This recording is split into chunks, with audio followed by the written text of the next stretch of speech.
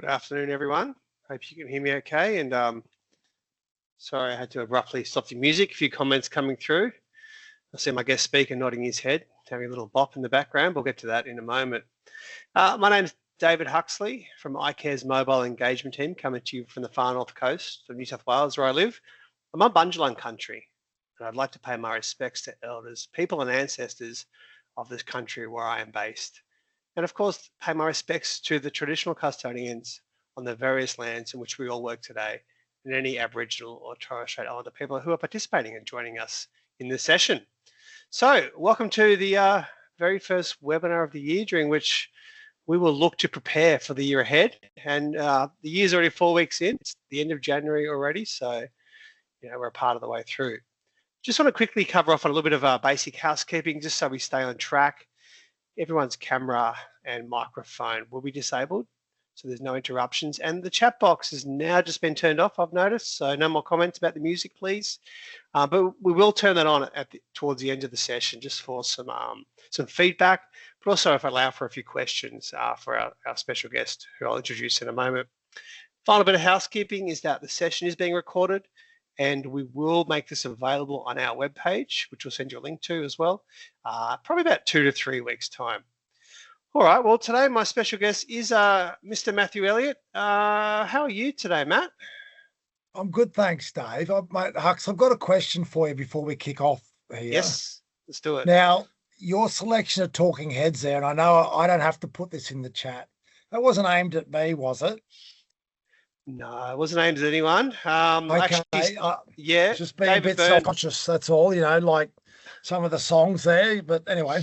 Fantastic music. Actually, the lead singer, David Byrne of Talking Heads, is touring as we speak in the country. And I saw him 2 weeks ago up in the Brisbane Entertainment Centre. He was in Sydney, I think, last week. So it was just front of mind. So I threw it on for you.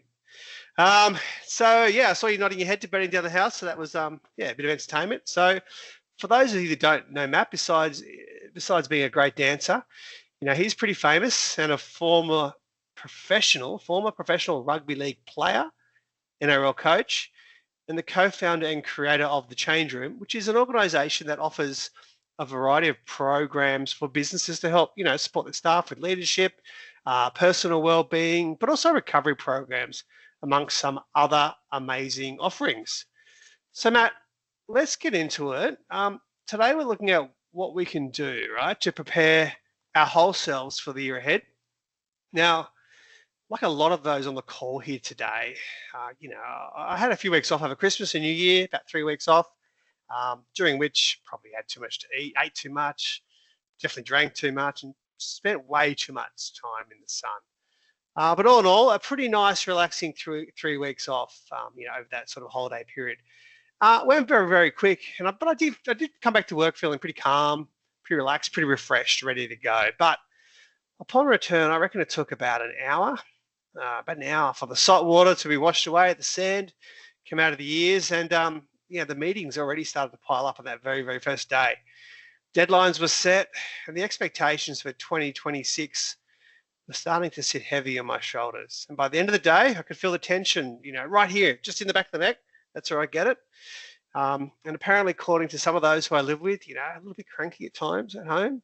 Not a great start to the year. So it is only early days. It is only 3 weeks in of work. But Matt, today is all about preparation for the year ahead, or any time really. And so let's get into it. The BODYSET method, tell us what it's all about. I'll let you do all the talking. You just prompt me to change the slides. And I might jump in with the odd tricky question or comment if you like. No problem. And you know what, Hux? It's a really good example that you've started off with there. Is that we so often wait for the weekend or holidays to get into that chilled out, relaxed mode that you talked about. Yep. And it's in that mode that we get to access things like creativity. We have our whole brain online during those periods. And that's where a lot of people do go away and create amazing things. So it does tie in pretty well with the theme that we're talking about. But what I want to leave people with today is I want to give you 3 sets of tools that you can use in your daily life to help you basically regulate your state through regulating your nervous system. Now, everyone will go, oh God, look, all this stuff you're already doing. And guess what? They're going to be so simple. But I'll tell you something else I know. I don't think or believe this. I know that if you can adopt these into your life, they will elevate your health, well-being, your productivity, and how you engage with other people. How do I know that? Well, there's two reasons. It's scientifically validated. Our next phase of medicine, Medicine 3.0, will be based around how we actually regulate our nervous system. But I'm going to give you some bad news that you'll understand to get your attention. And when I'm pointing at you, that's the topic of today. This isn't a topic about nervous system regulation. This topic is about how you can use nervous system regulation to make your life better, to make yourself engage better with people. So here's the bad news for you. The biggest cause of relationship breakdowns, poor nervous system regulation. The biggest cause of poor performance and error, poor nervous system regulation. The biggest cause of chronic fatigue, poor nervous system regulation. Hang on, I'm nearly there. Biggest cause of stress, and I'm going to come back to that, and death and disease on the planet, poor nervous system regulation. So stress, which gets a bum rap. And this is a little bit what you talked about, Hux, getting back into work and then having all that load dumped on you. Mm. Do you know what stress is so wrongly framed in modern life? You know what you do when you go to the gym? You stress your body. Do you know what you do when you go and learn something new? You stress your brain. But we've got rid of a co-collaborator in our modern life, and that's recovery and rest. When you add stress to recovery and rest in the right balance, it equals growth. It equals expansion of knowledge. Emotionally, it equals resilience. And that's what I want to leave you with today is some real tools that you can utilize in your life. Here, I'll give you my story. So in 2014, I had a relationship breakdown with someone I loved. I still love them, but because of my poor nervous system regulation and my stress related to work and what I had going on in my family life with my children, my response to threat was not fight or flight, but it was to freeze. So I slowly withdrew, and it cost me a relationship that meant everything to me. You know what else happened? Without regulating that and continuing to work hard, continuing to care, continuing to be upset about or caring about something that I really wanted in my life, I developed or triggered an autoimmune disease called polymolecular rheumatia. And this will shock you. As a white Australian male who had a cup of concrete and hardened up and continued to work even harder, and I knew my craft, I got the sack from a job that I loved because my nervous system regulation was so poor. Now, I'm going to explain this a little bit to you so you actually get a full understanding of what I'm on about here. All right. So I do ice baths. I sit in the morning and meditate. I close my eyes. I learned that from Phil Jackson, the most winningest basketball coach in the history of America. Okay. So I also do a lot of things that try and recover my body. But we need to understand that the demands of modern life doesn't mean that you can do it once a day or once a week, or like we do, many of us, like you, Hux, we have a break and we go on holidays for a month and that's when we chill out. If that is the way that you conduct yourself, again, you conduct yourself, there are going to be consequences if you have a high demanding role. Okay, there's going to be consequences in other parts of your life that I explained. So the practices I want to give you today are super simple. And guess what? You're doing all of them anyway. I just want to give you an opportunity to do them a little better so it will look. And these are things that are taught to military for a long time. These are things that if you're watching the Australian Open, the 1 and 2 seed do it every play, not in the morning or night. They're doing it during the game. These are things that you can do when you get off a difficult phone call. These are things that you can do walking into a difficult meeting, walking out of a difficult meeting, even sitting here right now, listening to a difficult conversation or you're in a board meeting. So however this applies to you, these are things that you shouldn't just do. These are things that you need to do because we're all humans. And in the past, humans paid attention to their nervous system. We don't in modern life. We got these things. We've got TVs. We've got what we're doing right now to distract us away from it. A lot of the new science that's being covered, and I'll give you one example. Okay. So way back when we started agriculture, for example, why did Italians know to peel tomatoes and take the seeds out of them? Why? Did they know that the tomato skins had lectins on them and they can actually create, well, they actually create inflammation in our gut? No, they paid attention to their nervous system. They ate one and went, oh, something's wrong there. We need to do something with it. I could give you 50,000 examples and bore the life out of you about that. So what we need to start doing is paying attention to our nervous system by actually allowing it to recover and using it to make ourselves better during every day. So I hope that you understand that. So this is about performance follows our nervous system, not motivation. You've got this. Come on, Hux. That music was amazing. All right. It's not how it works. And I wish I knew this. And I wish someone had taught me this 20 years ago, because I would have been a far better coach than I was then. So I'm just going to take you through this really gently. Can I just give one more thing here? I was not only talking about stress. If you use these practices, not only when you're stressed, but just as a consistent basis during the day or when you feel good, you also elevate your capacity to access good states, good feeling states. And your state, if you're a leader, has the biggest impact on your staff, not the information you share with them. Because I could be saying the same thing right now. And you actually absorb that information based on where it's coming from and the state that I'm in. Two really bad examples, so I apologize for that. But I want you to understand that this stuff isn't some skip through the fields, let's burn some candles, hold hands and feel better about ourselves. These are things that if you make the decision, and you can't unknow this, to do it on a consistent basis, it will change your life and the lives of the people that you share your space with. Next slide. So things you can do not only when you're not feeling great, when you're feeling a little bit overwhelmed or stressed, but also when you're feeling good, you should be doing these things as well. Absolutely. So I need a little bit of science here because I needed it to explain to myself how this can actually work. So I needed to validate it to myself. So I just need to give you some of the laws of energy, because that's what our nervous system does for us. It converts energy.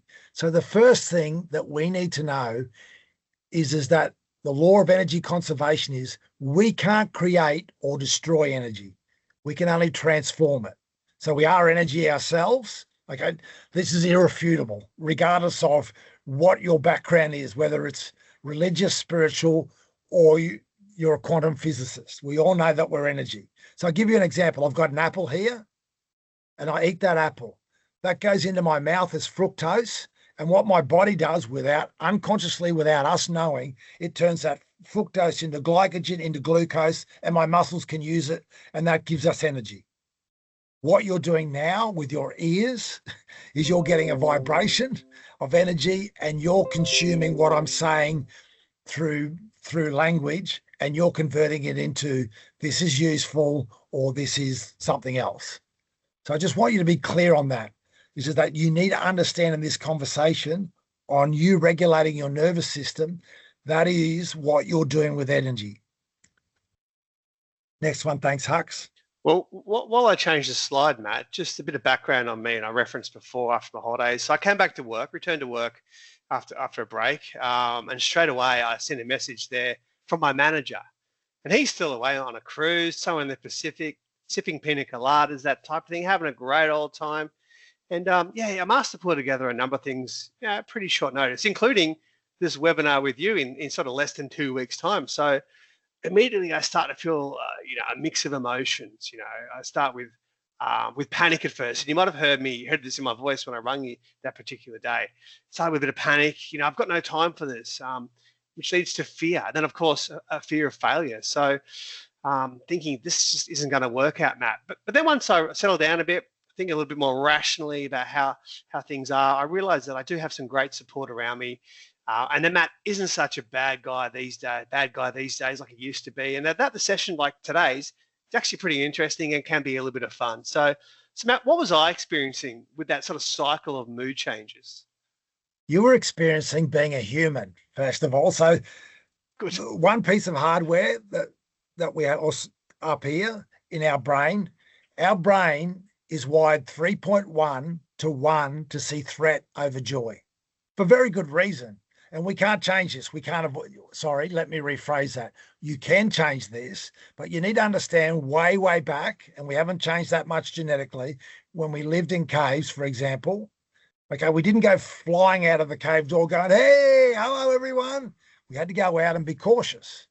And there's a real benefit in being that way, Hux, by the way, because it can elevate our understanding and caution. Obviously, if we see a loved one on the other side of the road, the first thing we do is we don't cross the road. We look left and right. So our brain's ability to actually process threat has made us the best hunter-gatherer on the planet. If we're aware of it, that's a good thing. But if you're unaware of it and you go, oh, I can't believe he's asked me to do this and what more stuff, in just the short term, if I let that go over 7 seconds, I signal from my amygdala to my adrenal glands to pump adrenaline, noradrenaline, and cortisol into my system. Now, they're all great hormones if I'm going to fight a saber-toothed tiger or if I'm running from something or I need to fight something, right? But they're not helpful over a sustained period of time. So you need to be okay with it. But the most important thing there for you, Hux, for everyone to hear, the most important quality is, oh, do I need to feel that way? Why am I feeling this way? So that's called self-awareness. I wish I had that back in the day. No one taught me about self-awareness because that emotion of pressure, that emotion of not being good enough, okay, that's a signal. That's all it is. It's not bad. It's just a signal for you to ask yourself, what do I need to do to feel differently here? And you did that. Okay, I'm going to get the support. I know I can do this. I've been doing this sort of stuff for ages. And then you move forward. But so you shouldn't feel bad about that. But what people don't do is they don't recognize themselves in that situation and it just mounts up and mounts up and mounts up. And then that poor nervous system regulation impacts your hormonal and chemical balance in your body. And there's a physical consequence. And on that ball rolls, sorry. And you referenced, if you don't recognize this within 7 seconds, it's pretty sort of tight timeframes there. Matt, what happens then? How are you feeling if you still feel this way after those 7 seconds? Well, again, you're talking to your amygdala, right? Yep. And I'm probably going to cover a little bit of this, but let's talk about it now. All right. Is that when your body's in fight or flight or freeze, okay, you're focusing on one thing. You're focusing on that threat. Okay, and this is proven scientifically. When I start going over there and I've allowed those hormones to pump into my body, okay, and some people so you know the terminology, remembered threat is called depression. Imagined threat is called anxiety. And that can last a long time, both of them, can't they? All right. It doesn't, but the outcomes are real. We see that, and icare people see that on a regular basis. So the thing is to have the awareness to go, how am I feeling and why am I feeling this way? And that allows you to regulate your system. If you don't have that self-awareness, that power is taken from you. So it's a human thing. And if you don't recognize it sooner, it doesn't mean that, sometimes we are going to go over that 7 seconds. And a lot of time when you've done that, you've been in a stressful situation, you tend to find after getting through really hyper vigilant, working hard, Again, some of our cognitive ability goes offline. It's not available to us. I don't need to know how to paint if I'm dealing with fighting a saber-toothed tiger, right? I just need to deal with that. So, but even remembered or imagined, if it's real or not, my cognitive ability goes offline to a large degree. Not all of it, but to a large degree. So the sooner you recognize it, the sooner you get full capacity to your best self. So just explaining to people about how energy works with us, is as that last slide showed, heat can cause, it's all right, no, it's all right, Hux. Heat can cause electricity and electricity can cause heat. So there's coals that burn in turbines, make those turbines spin around, and that creates electricity, and it goes to our house and we turn the heater on. Probably not this time of the year, it's not needed today, that's for sure. Okay, so you understand that. Everyone understands that. We also need to understand that an event can cause a feeling. So Hux has already explained, I've got a footy background. So I've seen young men run down this field with a piece of plastic in their hand, and they put it over a line of chalk, and 80,000 people go, yay! Okay, so an event happened and it created a feeling. You might have been to a rock concert, you might have been to fireworks at Christmas. An event creates a feeling, but we also need to know that a feeling can create an event. Now, I gave you the bad news side of that, right? Having bad feelings is the biggest cause of death and disease on the planet. Stress is a feeling. I feel stressed. I feel all these bad things can create an event.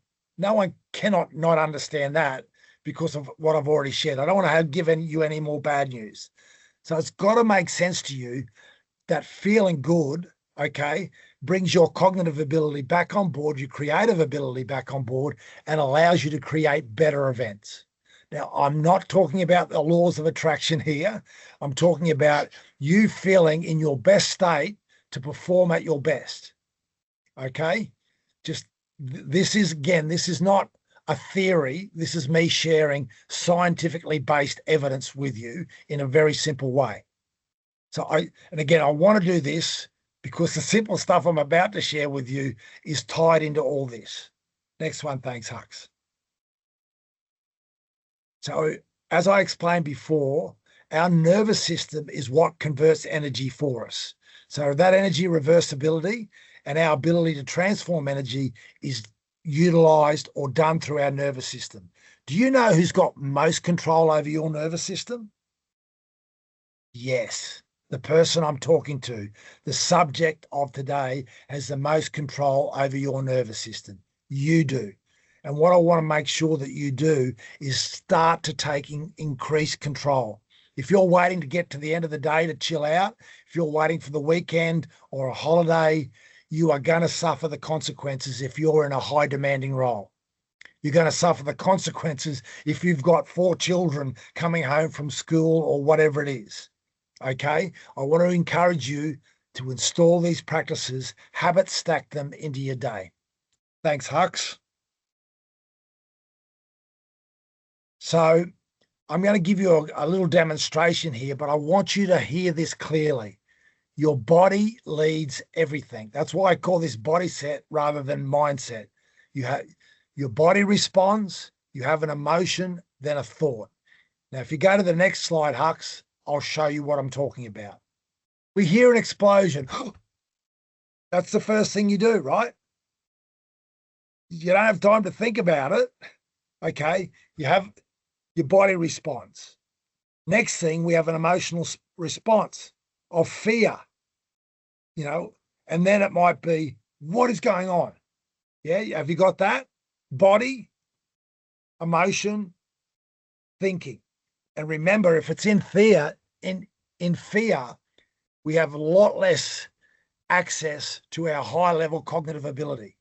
So body, emotion, thinking. Have you got that? It's autonomic, it's rapid, and it's biological. If you're a human, this is what you do. And guess what? You've already done it. My example of it is all the time is I've got 4 daughters. nearly all in their 30s now, but they still haven't got past jumping out of a cupboard, scaring the life out of me and videoing it and putting on TikTok. All right. My first response, that, an emotional one, and then a swear word, right? And then it's stop doing it. All right. And remember, I've only got 7 seconds to process all that. So hopefully everyone understands that and has experienced that, because it ties in to what we're about to talk about. Next one. Thanks, Hux. So hopefully you can understand that we can run that in reverse. So instead of, if we're talking about fear, what if we talk about elation when you experience something amazing? Okay. Normally, again, it's your body, but instead of going like this, all right, closing yourself up, which is what you do, and going to a single focus, okay, in reverse, we tend to open it. We see someone we love, go and see something that inspires us, we tend to open our body. And I'm going to show you that in a tick. And then the emotion is one of elation, one of joy. And then we start the thought process. Oh, how good is it to see Hux back from holidays? All right. Fantastic. So again, it's really important that you have a clear understanding of that, because you've done this. But we want to intentionally reverse this process so that we can use it in our daily life and no one even knows about it. No one knows you're doing it. It's not because you're keeping it a secret. But again, if you just were in the middle of a meeting and you're feeling a bit stressed or overwhelmed, and you went, "I'll just hang on. I just need to do a quick meditation here," or, I just want, I need to, fix my posture. That's not going to be helpful, is it? These are things that you should introduce into your life every day. So we want to run it in reverse. So very quickly, I don't want to spend too much time on this because the next 2 slides are normally nearly an hour presentation. But these are based around our development, our use, okay, and of our nervous system and regulating our nervous system is really based on these 5 pillars. 1, I want to elevate your vitality, okay? Because remember, it's your state that enters the room before your words do. And if you want to have a positive impact on people, you've got to be able to work on your vitality by regulating your nervous system. These practices need to be adaptable into your day, not into my day, not into Hux's day. They need to be adaptable so that they work for you. All right. So not all of these, you might go, "Oh, I'm not going to use that one, but I'll use those 2." Okay. The whole purpose of them is not only to provide clarity, but to give you clarity. Remember about getting that brain back online. That's what we want to do, is we want to get that brain back online at the highest level possible. So it actually serves you rather than, again, if you don't control your thoughts will control you. This is a fact. The other thing is I want you to be able to integrate it into your life, into your daily life, so that it's not about adding something on. It's about integrating it into things that you're doing. So these things you can do while driving the car. You don't need to close your eyes.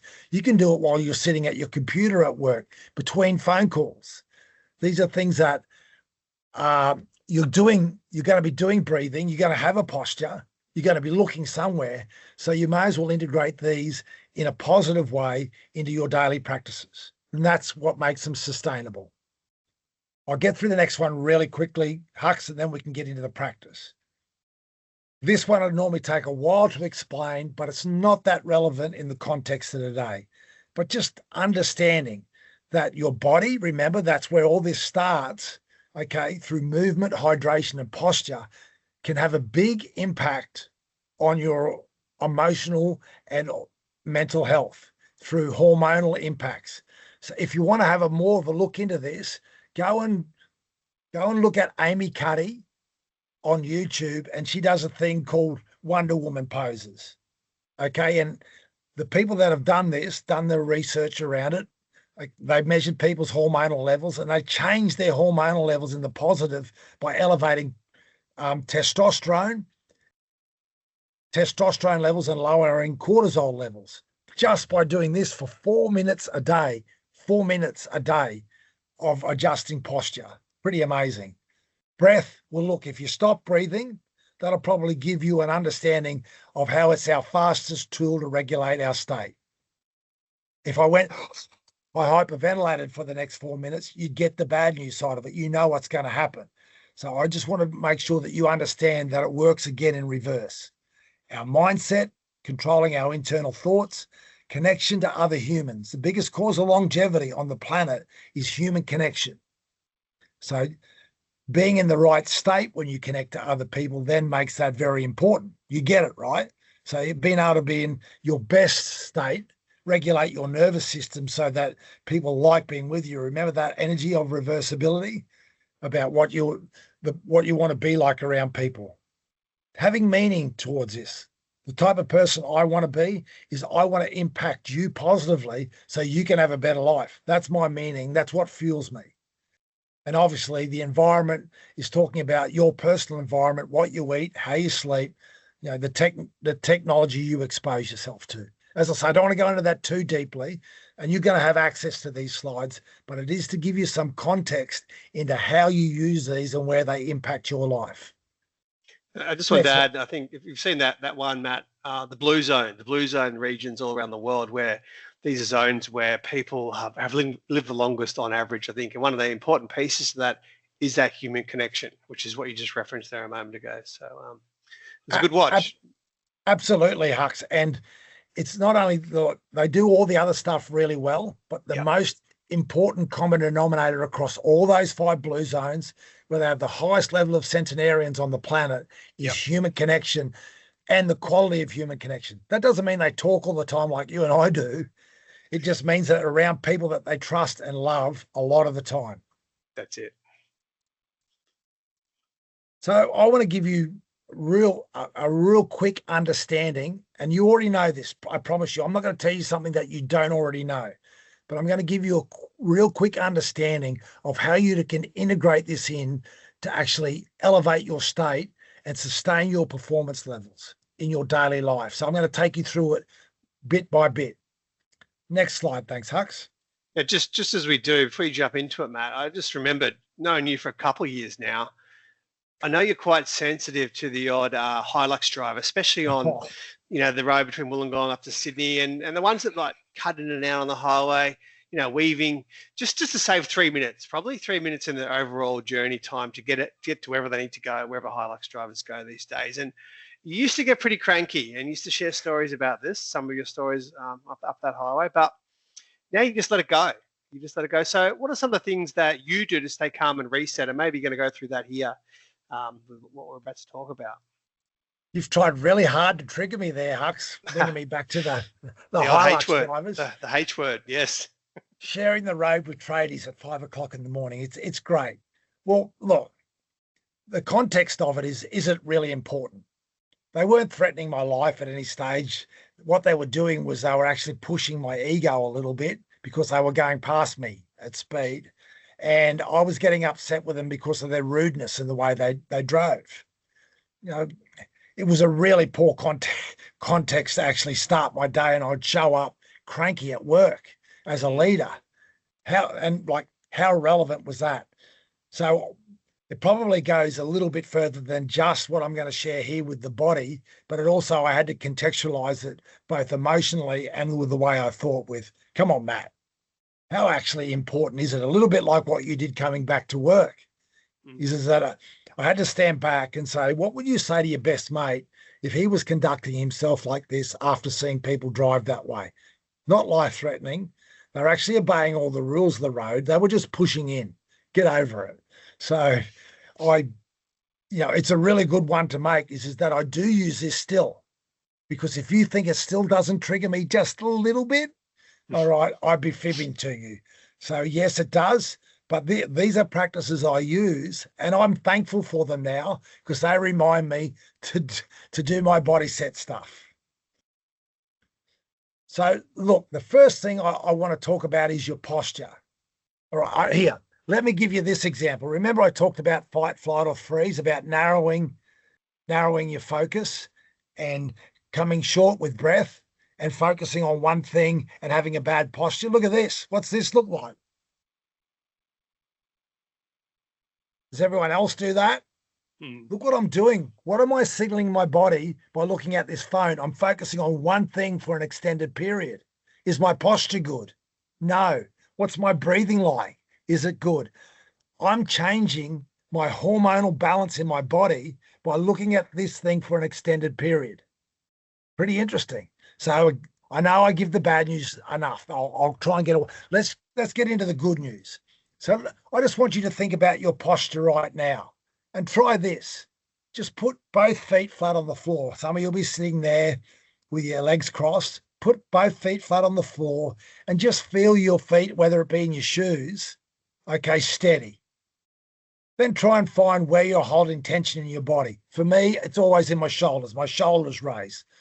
Some people, it's your jaw. Some people, lower back. And just let that relax, just for a tick. And again, if you look at the Amy Cuddy thing, just lift you don't have to do this, just lift your chin slightly, just slightly. So I have there, and raise the corner of your mouth. Just, you don't have to smile like this, but just slightly smile. Okay, already what you've done there, and if you can hold that for 60 seconds to 2 minutes to 4 minutes, you're signaling your body that you're safe. Okay, we can signal our body that we're elated, or as with the Wonder Woman pose, that we're strong, all positive things. But here I'm sitting in a meeting and I'm just the meeting and I'm starting to get a little bit peeved with the person talking. I just ground my feet. I find that tension in my body. I let it go. I lift my chin and I just slightly smile. No one can tell I'm doing it. No one. The next thing I'm going to do, okay, let me start. I'll get to breathing last, is my vision. Again, remember, if I'm focused on one thing really narrowly, I'm signaling my body I'm at risk. But if I lift my eyes, I look to the furthest part of the room, looking closer, move my eyes around, try and find the horizon, look at something close to me again, I'm signaling my body I'm safe. How weird. I wish someone told me this. Okay, there's other things that they use in treatment now, psychologists and psychiatrists use in treatment called eye shifting, that if I look left, right, up, down, I'm signaling my body I'm in control. Makes sense, right? Because you're going to do that if you're in control. If I sit there, and you're probably not going to do this in the meeting, I wouldn't do the shift personally. I wouldn't do the eye shifting thing in a meeting. Okay? I would just look around the room, be still listening intently, but moving my vision, focusing on my posture and feeling grounded.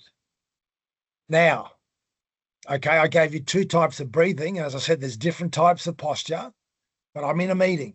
My breathing would be to calm myself, breathe in for 4 seconds,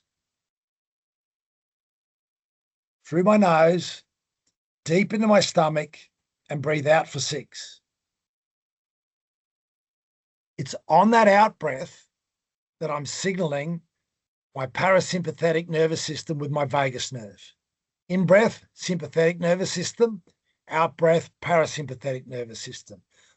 So I might then, as it goes on and I'm listening to that person speak, breathe in for 5 seconds and breathe out for 7.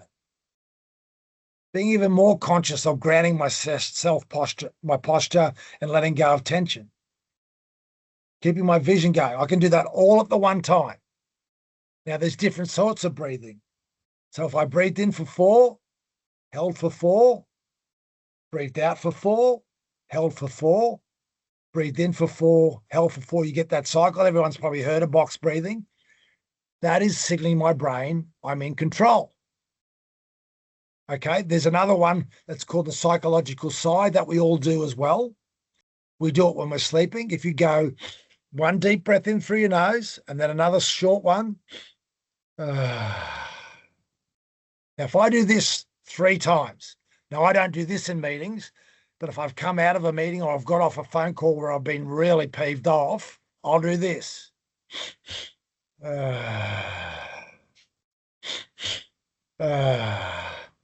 Again, you can't do that and remain in a stress state. It's impossible. You can get back to the stress state by returning your thoughts to it, but while you're doing it, You're signaling your body that you're letting go of stress. We do it when we cry. Do you know what? Other animals do it too. Watch your pets. They do the same thing. So what I've given you there, first of all, body, okay? Using your vision, widen your vision. Don't narrow in on one thing. Look around the room. If you're outside, look to the horizon, come halfway in, come and look at something on your own body. Shift your vision around. If you want control and you've got time to go left, right, left, right, left, right, up, down, okay? All of that, if you did that breathing and combined it with your posture and just the wide vision within 60 seconds, okay, 60 to 90 seconds in particular, you will change your hormonal balance in your body. Not Matt Elliott. That's not me sharing that with you. That's just me sharing science with you that I've read. Medicine 3.0. Has anyone got any? Well, I'll get questions about that as we go. This level of awareness on what your posture, breath, and vision is can have a massive impact on your day. Now, I suggest don't wait until you're in a stressful situation. I also suggest you do this at various times during the day where something good might happen and you go, how good's that? And you don't have to say it out loud, but in your head, how good? And do that breathing at the same time. You're elevating your mental clarity and you're elevating your hormonal balance in your body. So don't wait for just bad things to de-stress yourself. Also, when something great happens, really ground that feeling. Really ground that feeling. It's something that, acknowledge it. That's awareness. So that we're not just dealing with bad stuff all the time. So next one, remember body, then emotion. Now this is a really interesting one that really challenged me. As soon as you name the emotion, okay, and all emotions are signals, they're not a problem. And I'm a white Australian male and I had to go on a full journey to understand this. Remember what I told you about what happened in 2014? That was because I was told emotions were a sign of weakness. No, they're not. They're just a signal to us to make us understand that something's happening that you want to keep doing or stop doing. I always use this analogy, Hux. What do you do if you've got a rock in your shoe, mate?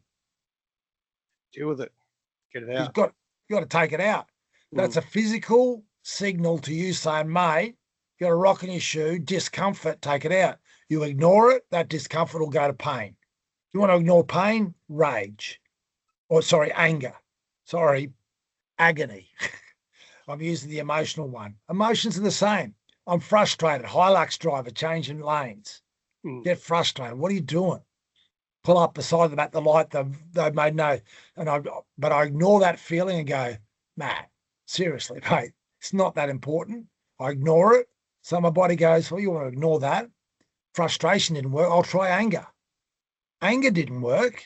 Rage. You know what I mean? So we've got to pay attention to our emotions. But the second, this is interesting, I found it. The second I name it, I'm getting frustrated here. It signals, because remember our amygdala sits in our brain, that cognitive understanding of how I'm feeling signals my amygdala to stop putting out things like cortisol and noradrenaline. Stops that signal. It normalizes it and allows us to navigate it. Okay, so as soon as why am I feeling frustrated here? Well, Blake's changing lanes in a car. What am I going to do about it? I can't do anything about it. So how should I feel about it? You shouldn't be worried about it at all. Like, I know that's but I can give you 50,000 personal examples. I wonder what your example of it is as to the thing that you don't name when you're starting to feel upset, starting to feel angry or sad. As soon as you name it, you can normalize it and it allows you to go, well, how do I want to feel? Why am I feeling this way? And what do I need to do right now to change that? And it's that simple. Most of us, I'm pointing to me as being a white Australian male with grey hair, okay? I get peeved with things during the day quite often. And I've worked out that my conditioning, my subconscious conditioning, is where that comes from. Now, I'm doing my best to create new neural pathways to stop that. But what I do now is that I name it straight away. And then I go, is this worthwhile? Of course it's not. Just move on. You can do that. And that's how long it takes. That is actually how long it takes. The more you do it, the more you do the posture stuff, guess what? The better you get at it. So the last one for me, Hunks, is mental clarity. Remember, body, emotion, thinking. So mental clarity, again, once you've done, the body settles and we stabilize our emotion, the brain can come back online. That cognitive hierarchy there can come back online. It can't come back online until you settle your body and stabilize your emotions. You know this. Come on. You've been in a state where you've been really upset with something and I can't remember that guy's name. Or how do I do that again? But as soon as you actually settle yourself, do that breathing, get yourself in a relaxed state, understand that the emotion that you're feeling wasn't helpful, then your brain comes back online. Then you can just do stuff like, what just happened? What do I need to do now? Where do I need to be? What do I want to do? All those questions then become answerable from your highest level of understanding. Okay, so that turns reaction into intention. Next slide. So I just want to use icare as an example of this. So, and again, I wanted to have one. I gave myself as an example, but what I am really aware of is that a lot of the external interactions with icare are challenging, Hux. Can be. Yeah, well, because people are ringing up because they care. They're not ringing up because they don't care. And when people care, and I'm pointing to me as well as you, when people care, sometimes we express that in a poor way. Yeah. Like I wouldn't ring up and say, why am I doing that? And how come this is happening? Sometimes a lot of the conversations that I've had with people from icare, when they're dealing with external stakeholders, they're challenging conversations. Yeah, not all of them, but a lot of them can be, because people have high expectations. And when we're framing that, when we're talking about injured workers, whatever angle you're coming from, that's a tough thing, or can be a tough thing. Yeah. So getting off a phone call, that actually knowing going into a phone call, I want to be in my best state. So I do that breathing. I shift my vision. What state am I best to be in? Actually, I'm in the best state when I'm in a state of clarity and calm. I want to bring that to this conversation, and I'm going to make sure I do that. Now, during that conversation, I might get pushed and someone might raise Hilux drivers. Okay, and that might trigger me slightly. So I need to be able to, when I come off that call, get myself back into a balanced state. And I just wanted to use that as a really good example for all of us. When this doesn't mean if you did this every day and you did it 3 times a day, you got the gold medal. I'm sending out a handout there. You were sitting on the podium as a gold medal of doing it 3 times a day and integrating all of this into your day.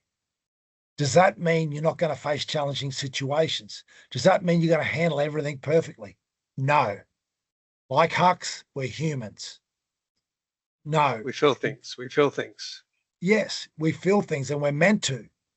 But the issue with modern life is we don't pay attention to our nervous system. We're told to suck it up. We're told to get on with it. We're told to not focus on that. So what we don't do is we don't deal with it and adjust the cumulative effect. It's what we call chronic fatigue, chronic disease, because that's what that is, the cumulative effect. It's not the one-off. So what you need to do is deal with the one-off when the one-off happens. No one's going to know you're doing it. You don't need to say, hang on, just stop everything. I need to do my vision. I need to relax my posture. I need to do my breathing. This isn't about that. And this isn't about replacing what you do on the weekend or holidays or doing your meditation or yoga or whatever it is you do to chill out. Fishing, surfing, whatever it is you do to chill out is also very important. But if you've got a demanding job and you expect to do that once a day, and that's what actually creates the outcome of you feeling better and regulating your nervous system, you're wrong.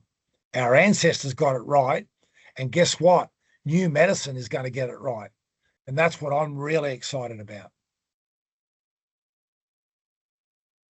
One thing I'll just add before you move on there, Matt, is everyone's going to get an email actually later today with a link to the slide pack that we're sharing, but also a really key important handout that we have created with some of these actions, some of these things that we can all do to help regulate ourselves. So just expect that to land in your inbox later today. Sorry, jump in, Matt. No. I'm nearly done. What I've found since coaching this, and it's been really interesting because I started off doing it just with my high-level executive clients who are in leadership positions that were open, because a lot of them I've been working with for a while, that were open to something a little bit what I thought was different. All of them have, like, I'm surprised, all of them have integrated it into their practices. And it's just so interesting, the big impact that these small actions have had. It's actually blowing me away. Like, even to the level of profitability in a lot of the organizations, because the leader is showing up in a different state. So they are being heard in different ways.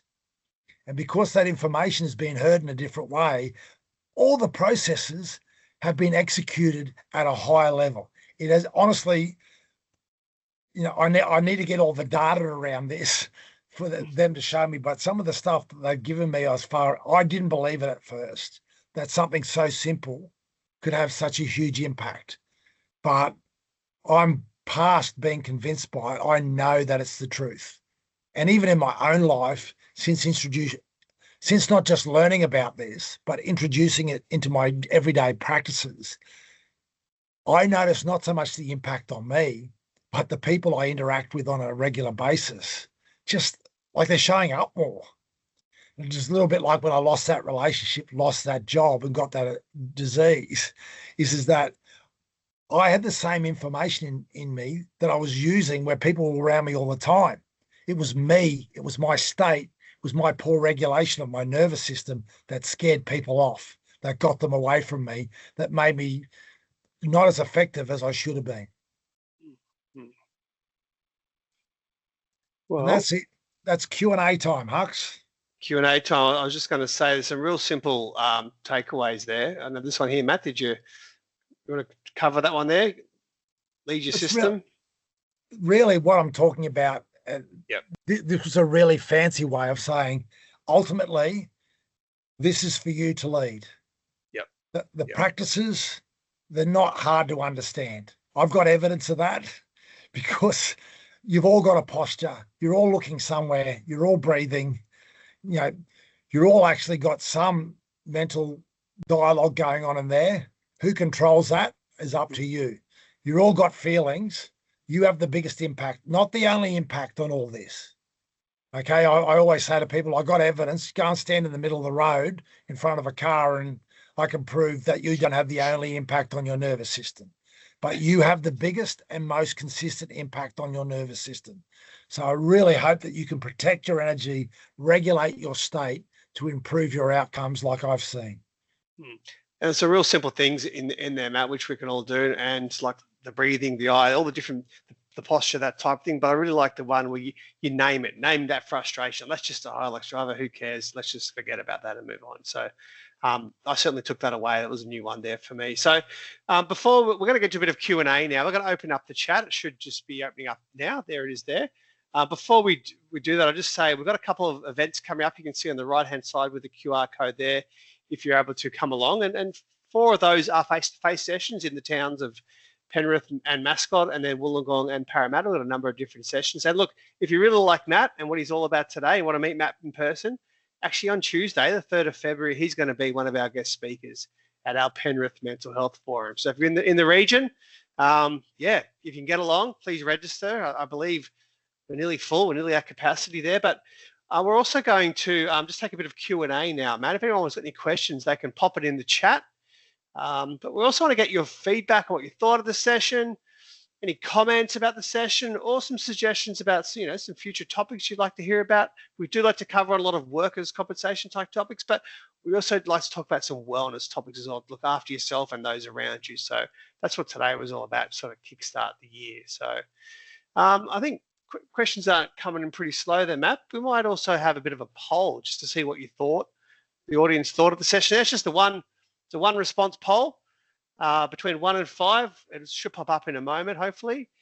What you thought of the session, if you thought it was useful, you'd look at a 4 or a 5. If you thought it was pretty average, you'd give it a 1, 2, or 3. That doesn't really matter. So if that poll pops up, but here's a few questions here coming through already, Matt. Let's have a look here. Okay, in the context of a workplace, how can leaders and colleagues work together to enable an environment of positive nervous system regulation? Got that, Matt? Yeah, what a great question. And this is what those leaders that I spoke about that I work with, the ones that have got the most success, have shared these concepts. So that, and like, to be honest, there's a bit of piss taking that goes on between them about, have you regulated your nervous system yet?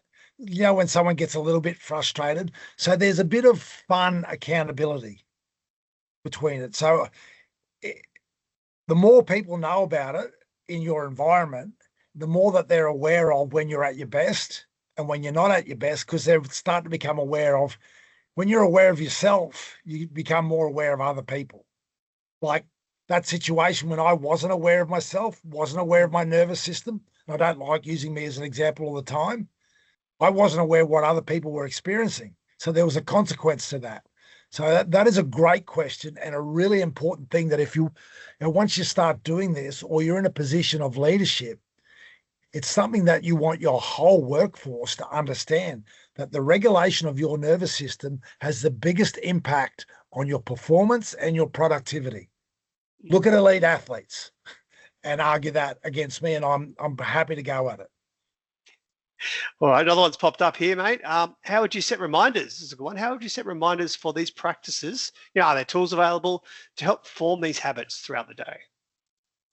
Well, I've got to say I'm a little bit old school, but I also use this.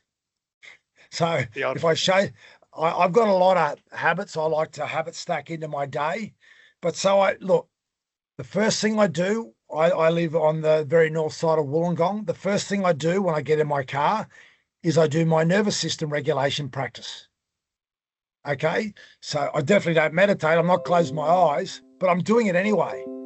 I do it when I get in a train. There's different things that I have habits. I love the phrase habit stacking. So things that I don't do this on top of anything.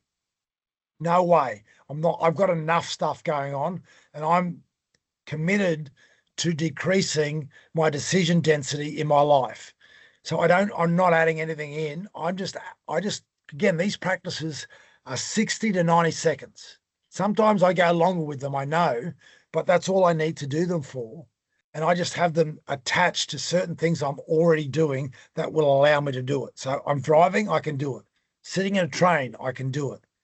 I'm walking to a meeting, I can breathe in for 4 seconds, hold my breath for 4 seconds, look around. Sorry, breathe in for 4 steps, breathe out for 4 steps. Well, I'll get it right this time. Breathe in for 4 steps, hold my breath for 4 steps, breathe out for 4 steps, hold my breath for 4 steps. Signaling my brain I'm in control. I'm walking from Martin Place Station, down to whatever office I'm going to the icare office. I do that the whole way. So I go into the office in complete mental clarity.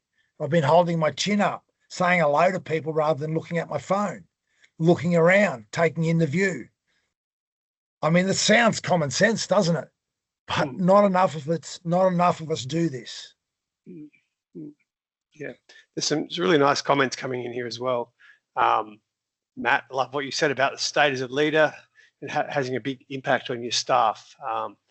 Stealing this for the leaders as a coach in this person's role as a HR consultant. So they're taking away some of your great advice there, Matt, and they're going to use it for themselves, which is and their community and their business as well. So that's fantastic. That's what it's all about. And the beauty of this, Hux, is it's not about the way I taught you to do it. It's not about it's about learning what way suits you best and implementing it into your life. You're already doing all these things. Like if you had to hear me, tell you this 4 times, I'm either really poor at it or you're not interested in it. This is not something that you need to learn 100 times. This is something that, what one of the questions was, is that you need to have it, stack it into your life when you're going to make it happen, and then commit to doing it. And that's all. That's it. Simple as that. Well, we're bang on time, 4 o'clock. You did well. We fitted it in the hour.